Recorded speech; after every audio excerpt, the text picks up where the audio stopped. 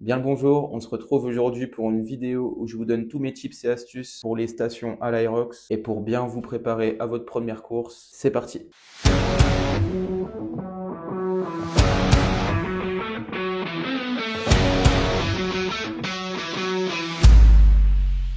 Alors pour ce qui est déjà du format Aerox, si vous ne connaissez pas le format ou si vous n'avez jamais fait de course, je vous invite à aller voir la vidéo que j'ai faite il y a quelques semaines qui s'intitule Qu'est-ce que l'Aerox et qui vous décrit l'entièreté de la course de A à Z, les différents formats que vous pouvez retrouver, que ça soit en duo, en solo, en open, en pro, toutes les charges, les distances, le nombre de répétitions effectuées sur tous les exercices, etc. etc. Donc première station de l'Aerox, vous arrivez sur le ski erg. Donc la première chose à voir en arrivant sur cette station, ça va être le réglage de votre damper. Ça correspond à la résistance que vous allez avoir sur votre machine. Ça correspond un petit peu aux vitesses que vous retrouvez sur un vélo. Donc plus vous allez avoir une résistance haute, plus la machine va opposer de résistance et donc plus vous allez pouvoir générer de puissance sur des grands mouvements.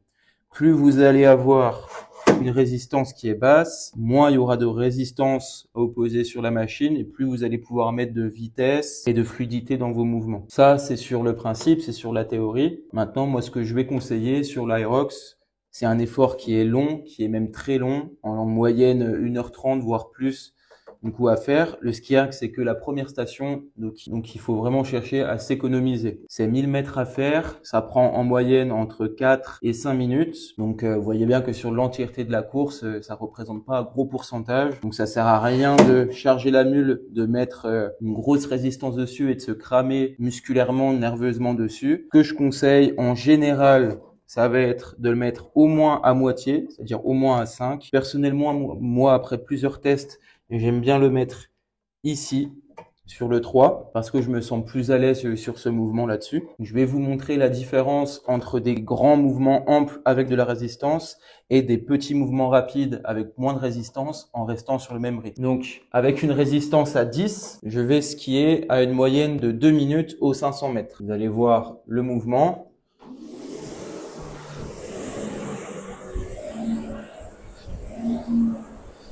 Voilà, là je suis à 2 minutes aux 500 mètres.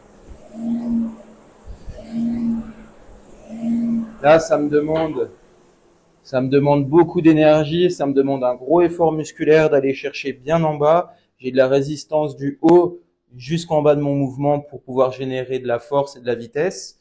Alors que si je fais le mouvement en étant sur une résistance plus basse, je vais me mettre au même rythme à 2 minutes aux 500 mètres.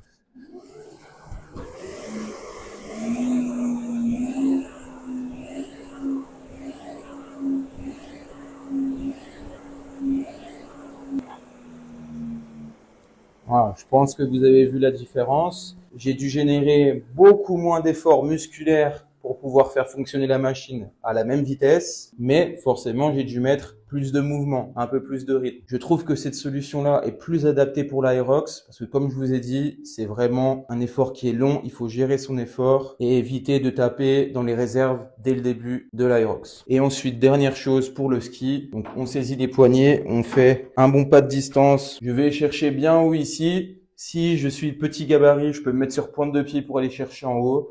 Moi, j'en ai pas besoin, donc j'ai juste à bien me grandir ici.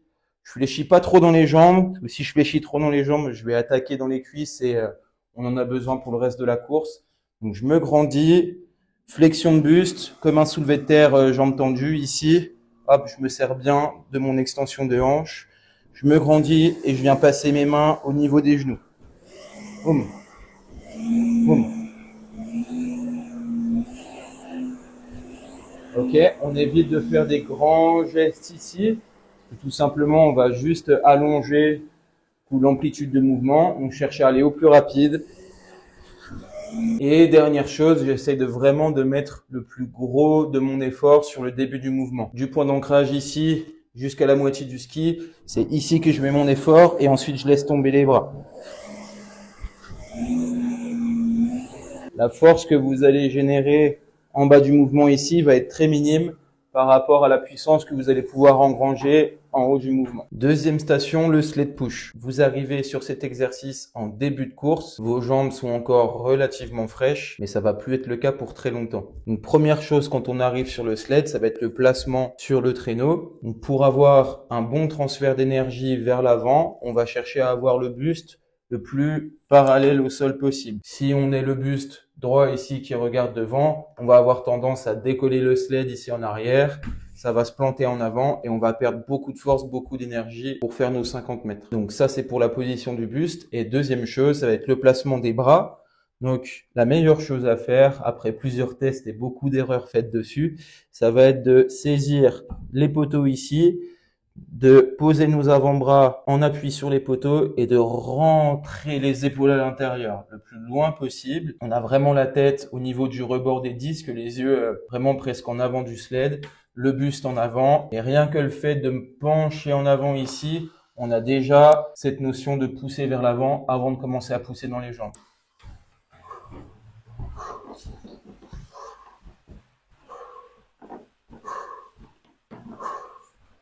Ensuite, une fois que le placement est bon, ce qu'on va avoir à gérer, c'est notre rythme. Il y a globalement deux solutions. Pour les gens qui sont très forts, très puissants, c'est surtout valable ça en open, sur les charges open. Ça va être de faire des grands mouvements, d'aller chercher loin devant pour pouvoir mettre un maximum de vitesse. En charge pro, ça va être peut-être un peu plus compliqué de faire ça. Donc si la force, c'est pas forcément votre point fort ou que vous êtes en Aerox Pro, on va plutôt privilégier des petits pas. Donc les pieds bien ancrés dans le sol et des plus petits pas ici. Sur le même principe que le ski, on va avoir tendance à mettre un peu plus de rythme, un peu plus de mouvement, mais ça va beaucoup moins attaquer musculairement. Et la dernière chose, au niveau de la gestion de l'effort, ce que je vous conseille, même si vous en avez les capacités, c'est de faire des pauses. Donc c'est des allées de 12 mètres et demi. Il y en a 4 à faire, donc 2 allers-retours pour faire les 50 mètres. Donc ce que je vous conseille, vous mettez en place, vous lancez le sled, hop, vous allez jusqu'à la moitié de votre allée, vous arrêtez, vous comptez quelques secondes dans votre tête, vous bougez un petit peu les jambes et vous finissez. Une fois arrivé au bout, le temps de se replacer, de bouger un petit peu les jambes, de ne pas laisser les jambes, les cuisses trop congestionnées. Ça vous laissera le temps de repartir et de relancer après sur votre course à pied. Troisième station, vous arrivez sur le sled pull. Donc la première chose à faire en arrivant sur cette station, ça va être de prendre un maximum de distance entre les deux traits à l'arrière et à l'avant que vous avez tracé sur votre ligne. Donc je me mets bien en avant, j'attrape ma corde, donc je garde bien la corde sur les côtés. Je prends pas la corde entre les jambes ici, sinon on va galérer après, on va marcher dessus, on va se casser la gueule, ça va pas être intéressant. Donc je me mets en position, j'attrape ma corde et avant de commencer à tirer, à me redresser, je cherche déjà à mettre ma corde en tension. À l'Aerox, vous allez voir, la corde est assez élastique. Donc si je commence à tirer déjà ici, vous allez perdre beaucoup de distance le temps que la corde se mette en tension. Vous avez facilement perdu 1 mètre de distance. Donc je mets ici, corde en tension, j'ai les pieds bien plantés dans le sol. Jambes légèrement fléchies, je cherche à me redresser comme un soulevé de terre, une belle extension de hanche. Je me sers de mon poids de corps, je me grandis et je recule. Mes petits pas, je garde les bras tendus et je relâche. Je me mets en tension, bien ancré dans le sol. Poids de corps vers l'arrière, je pousse, je me redresse et je recule. Je lâche la corde, je me replace. Donc, ce qu'on évite de faire, en tout cas, au moins pour les charges pro, ça va être de tirer avec les bras ici. Ça va marcher peut-être sur 5 ou 6 mètres. Après, vous allez avoir le haut du corps qui va congestionner. Ça va pas être intéressant du tout. Là où ça peut être viable, cette technique de tirer avec les bras, ça va être sur les charges open, mais surtout sur les doubles. Okay, si vous êtes assez fort, assez puissant, vous pouvez tirer bras seul. Vu que vous avez de la récupération ensuite, le temps que votre coéquipier tire à son tour le sled, les muscles ont le temps de récupérer, vous amenez moins de congestion que si vous êtes seul. Attention également à ne pas fléchir les bras dès le début du mouvement. Donc, quand vous allez devoir tirer, vous allez avoir les bras, les biceps qui sont tout le temps en congestion, enfin qui sont tout le temps en contraction, et vous allez perdre beaucoup d'énergie et de la distance également. Donc, je reste bras complètement tendus, ça monte du corps est très relâché et je me serre dans mon poids de corps pour lancer le sled. Je recule. Si vous avez assez de jus quand je finis mon mouvement, Hop, je peux amener un peu de tirage avec les bras avant de reposer. Autrement, on reste les bras bien tendus ici. Quatrième station, vous arrivez donc à la moitié de votre course. Vous avez passé les 2 sleds, le ski erg, donc 2 exercices très demandant musculairement et un très demandant au niveau cardiovasculaire. Les burpees, c'est ce qui va vraiment marquer un tournant dans votre course. 80 mètres à faire, c'est un exercice qui est très demandant musculairement et au niveau cardio. Donc pour ça, on va voir les techniques à mettre en place pour ne pas se cramer sur cette station. Donc, vous commencez derrière la ligne tracée devant vous. La première chose principalement à retenir pour les burpees, c'est de commencer pied parallèle et de terminer pied parallèle. J'ai les pieds ici, je viens poser mes mains devant mes pieds. Donc, ce qu'il faut faire très attention, ça va être de garder vraiment les mains très proches des pieds. Là, ici, je suis bon. Là, je suis plus bon. La tolérance sur les burpees là-dessus, ça va être une pointure de chaussure. Avec la vitesse, la fatigue, etc. Il faut faire très attention. Cherche pas à gratter quelques centimètres. On pose vraiment les mains devant les pieds, comme ça on est sûr de pas se prendre de nos reps. Je viens m'écraser au sol, donc buste complètement posé au sol. Je fais une pompe, donc je repousse, bras complètement tendus. Je ramène un pied, l'autre. Une fois que j'ai mes 2 pieds qui sont au sol, je fais mon saut en avant. Je réceptionne pied parallèle. Ensuite, plusieurs techniques. La première technique qui peut être utilisée si vous êtes très à l'aise sur le mouvement ou que vous le faites en duo, vous cherchez à mettre un maximum de vitesse, ça va être celle-ci. Donc cette technique-là va être très demandant au niveau cardio et musculaire parce que ça met beaucoup de rythme. Je ramène les 2 jambes en même temps et je saute. Ça, c'est valable quand on fait des séries de 5 à 10 répétitions et qu'on passe à son partenaire. On va plutôt chercher à faire, nous, ça va être de rester dans la gestion d'effort. Donc, la deuxième variante, ça va être celle-ci. Je pose mes mains au sol, je fais ma pompe, je ramène un pied après l'autre et je saute. Troisième possibilité, une variante qui va être encore un petit peu plus longue, mais qui va vous permettre d'économiser encore un petit peu plus d'énergie. Donc, je fais mon burpees, donc je fais ma pompe, je ramène un genou, donc je garde un genou au sol et je ramène une jambe. Hop, je fais mon burpees, genou, jambe. Cette technique-là va être encore moins demandante au niveau musculaire, un petit peu plus longue forcément parce qu'il y a plus d'étapes, mais vous verrez qu'au niveau cardio, si c'est pas votre point fort les burpees, c'est une technique qui peut être très efficace au final pour ne pas se cramer et pour garder une bonne jauge d'énergie. Une dernière chose à savoir sur les burpees, c'est que vous n'êtes pas obligé de faire une extension complète. Donc quand vous faites votre répétition, vous n'êtes pas obligé de vous redresser complètement et de sauter. Vous pouvez rester les jambes fléchies, rester bas, donc ici, hop, et je saute. Ce qui fait que je reste plus proche du sol et que j'ai pas à me redresser complètement entre chaque saut. Donc 5e station, vous arrivez sur le rameur. Même principe que le ski erg, vous avez le damper à régler. Donc, plus vous allez mettre une résistance qui est haute, plus vous allez devoir tirer fort pour générer de la puissance. Et plus la résistance est basse, plus vous allez devoir mettre de rythme pour accrocher une bonne vitesse. Moi, en général, je le mets à 1 ou 2 crans au-dessus que le ski erg. Donc, je me place ici, sur la moitié, sur le 5. Donc, première chose à faire, je me mets assis, je cale mes 2 pieds dans les sangles, je cale bien mes talons et je viens faire un petit coup de serrage. Hop, j'ai juste à tirer ici. J'ai pas besoin d'exagérer, de serrer trop fort. Hop, je range mes pieds, je cale les talons.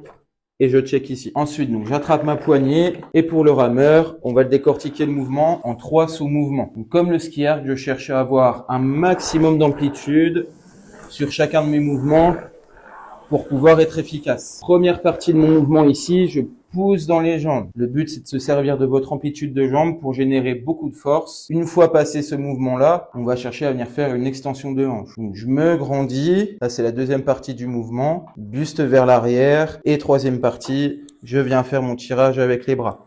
Donc, jambes, buste, tirage. Jambes, buste, tirage.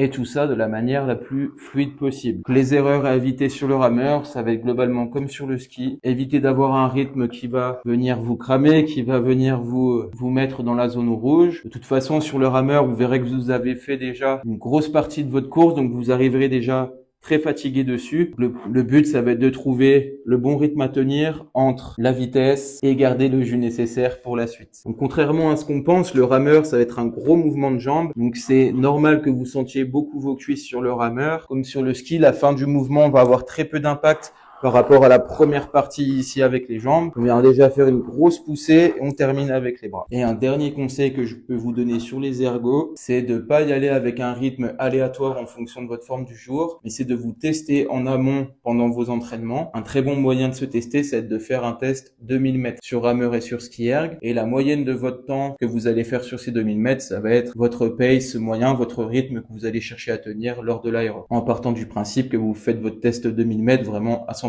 Sixième station de votre Aerox, vous arrivez sur les Farmer Walk, donc la marche du fermier avec une kettlebell dans chaque main. Donc ça va pas être la station la plus longue de l'Aerox, ça va pas être la plus difficile non plus, mais il y a quand même certains pièges à éviter dessus. Donc première chose, quand vous saisissez la kettlebell, un truc tout bête, ça va être d'éviter de prendre les poignets très hautes ici, mais plutôt de les prendre sur les côtés. Vous allez avoir un ressenti de lourdeur, de difficulté sur le grip qui est moindre par rapport à si vous la prenez vraiment très haute ici. Ensuite, toujours la même chose, ça va être une question de gestion d'effort en fonction de votre force et si vous le faites en solo ou en open. En solo, on va chercher plutôt à avoir de la marche dynamique ici plutôt que de chercher à courir vraiment avec, parce que mine de rien, on sort du rameur, on sort de plusieurs kilomètres de course, des sleds, etc. On a les jambes qui sont très fatiguées. Donc le fait de courir avec 2 fois 24 kilos ou 2 fois 16 kilos pour les femmes, ça va vite amener beaucoup de difficultés dans les jambes. Et derrière, on a encore les fentes et les wall balls à faire. Donc le mieux, le plus optimisé pour moi, je trouve, ça va être de réussir à garder un rythme bien rapide en marche. Ensuite, après, ça va être une question de force dans vos épaules et dans votre grip. Si vous avez besoin de poser, vous posez quelques secondes, vous relâchez un petit peu les bras et vous repartez. On évite de poser vraiment trop longtemps. En général, 5 à 10 secondes maximum, ça suffit pour récupérer un petit peu dans les bras, pour relancer par la suite.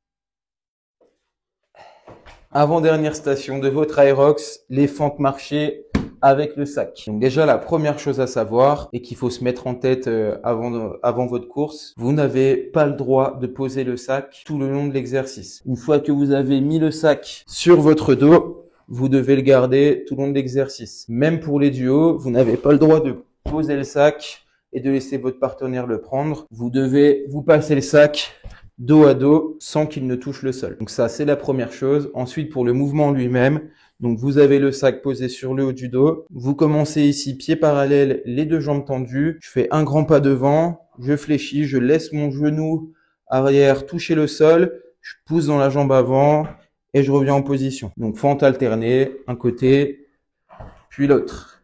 Deuxième consigne à savoir, ne pas vous faire compter de no reps et devoir prendre une pénalité qui vous ferait reculer de 5 mètres. Quand vous faites votre répétition, si vous devez revenir en extension complète, donc les 2 jambes tendues. Donc vous n'êtes pas obligé de marquer le temps de pause ici, mais si vous ne marquez pas ce temps de pause, veillez quand même à bien faire l'extension complète, donc bien tendre les 2 jambes et les hanches entre chaque mouvement. Ensuite, au niveau du mouvement lui-même, comme vous venez de le voir, il y a principalement 2 méthodes. Si vous êtes à l'aise sur le mouvement et que vous voulez mettre du rythme, grand pas en avant, sans marquer de pause, j'enchaîne mes répétitions. Ça, c'est surtout valable du coup en double ou pour les personnes qui sont très à l'aise sur le mouvement, qui ont vraiment de bonnes jambes. Autrement, pour le solo, on marque un petit temps d'arrêt entre chaque répétition. D'une seconde ou d'une demi-seconde, mais sur quasiment 100 répétitions, sur 100 mètres, ça fait la différence. Une seconde de récupération en marquant la pause, ça va vous permettre d'éviter de congestionner trop vite dans les jambes et de devoir faire des pauses trop régulièrement. Ensuite, dernière chose à régler sur vos fentes, ça va être l'amplitude du mouvement. Donc, plus je vais aller chercher des pas, des répétitions qui sont amples, plus je vais gagner du temps, forcément, parce que je vais faire moins de répétitions. Mais par contre, avec de longues répétitions, vous allez beaucoup prendre sur les ischio-jambiers, sur la chaîne postérieure. Donc attention à ne pas trop surcharger justement cette chaîne postérieure en faisant de trop grands mouvements, mais cherchez plutôt à varier durant vos 100 mètres entre des mouvements à amplitude entre guillemets normale et des grands mouvements. Là plutôt ample mais plutôt réduite. Ça, vous répartissez la charge entre les quadriceps et les ischio-jambiers. Dernière station de votre course, vous arrivez sur les wall balls. Donc 100 répétitions à effectuer, que ça soit pour les hommes ou pour les femmes. Donc pour ce mouvement-là, la stratégie concrètement que je vous conseille, elle va être simple. Quand vous arrivez dessus, en fonction de l'énergie qui vous reste, c'est de faire une première série avec le maximum de répétitions possible. Vous poussez votre première série au plus loin et ensuite vous divisez vos séries, que ça soit en 5, 10, 15, 20 si vous le pouvez, jusqu'à arriver à vos 100 répétitions. Au niveau des consignes sur le mouvement, donc 2 choses principalement à faire attention, ça va être l'amplitude de votre squat et la précision sur la cible. Donc je garde la balle ici devant moi, les mains hautes, je viens faire un squat complet, donc les hanches qui passent en dessous du niveau des genoux, je pousse et je vise ma cible. Pour les hommes, donc je vise la cible du haut à 3 mètres, pour les femmes, la cible à 2,70 m en dessous et je fais attention à bien viser le milieu de la cible. Si je lance trop haut ici, pour moi c'est no rep, et si je touche la cible mais qu'elle ne touche pas le centre, c'est no rep également. Faites également attention à votre première répétition ou à votre relance de série une fois que vous avez récupéré. Quand je prends la balle, je n'ai pas le droit de faire ce qu'on appelle de clean. Donc j'ai pas le droit de prendre la balle et de commencer ici, ça comptera un no rep. C'est je prends la balle, je me place et je fais mon squat. Donc voilà, ensuite pour le mouvement lui-même, faites attention à bien réceptionner la balle, à garder les mains hautes et à anticiper un petit peu l'arrivée de la balle pour bien amortir le choc et bien se servir de l'élan des jambes pour jeter. De toute façon, les wall balls, peu importe votre niveau, ils font mal, mais c'est le dernier exercice de la course, faut pousser à 100%. Vous avez la ligne d'arrivée qui est juste derrière. Avant de terminer la vidéo, une dernière station dans laquelle je vous ai pas parlé, ça va être la course à pied. J'ai fait une vidéo dédiée sur la course à pied pour l'Aerox il y a quelques semaines, donc pareil, je vous invite à aller la voir si vous avez des questions là-dessus. On parle de programmation, de méthode d'entraînement pour la course à pied et aussi de la gestion d'efforts sur votre course, donc n'hésitez pas à aller checker ça. Si vous avez des questions, que ce soit sur un exercice, sur de la préparation, sur de l'entraînement Aerox, n'hésitez pas à me laisser un commentaire ou à m'envoyer directement un message privé. J'y répondrai avec grand plaisir. N'oubliez pas également d'aimer la vidéo et de vous abonner. Je prépare un énorme challenge pour les 500 abonnés. Donc voilà, abonnez-vous. On se retrouve la semaine prochaine. Allez, ciao.